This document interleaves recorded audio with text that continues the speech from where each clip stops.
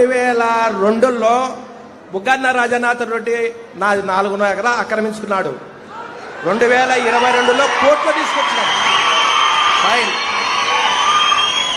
కోర్టులో స్టే తీసుకొచ్చి స్టే చేసిన ప్యాపుల్ ఎంఆర్ఓ గారు, ప్యాపుల్ సిఏ గారు, డోన్ ఆర్డీఓ గారు, కలెక్టర్ మేడము ఒక్కొక్కసారికి 6 మాటలు తిరిగినాం. కానీ నాకు స్పందించలే.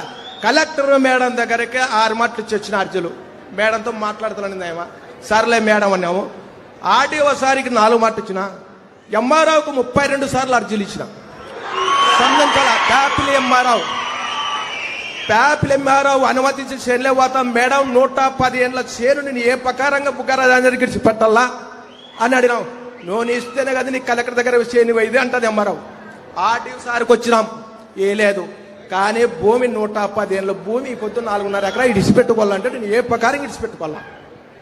ఎక్కడ తిరిగినా ఎస్ఐ చేనులో పోతే పట్టకొత్తాడు, ప్యాప్ల్ ఎస్ఐ చేనులో పోతే కేసు రాసా నాది నా కొడుకు పెద్ద ఆయన ఏ కేసు రాయదా అన్నాడు. కోట ఈ ప్రకారంగా వైఎస్ఆర్లకు ఇబ్బంది పెట్టి మా పొలం దెంకపోయి మమ్మల్ని ఇంట్లో రానికున్నా చేనులోకి రానికుంటే ఏం తిప్పలు పడాలని రైతుని. ఓకే తమ్ముడు, నీ పేరేంటి?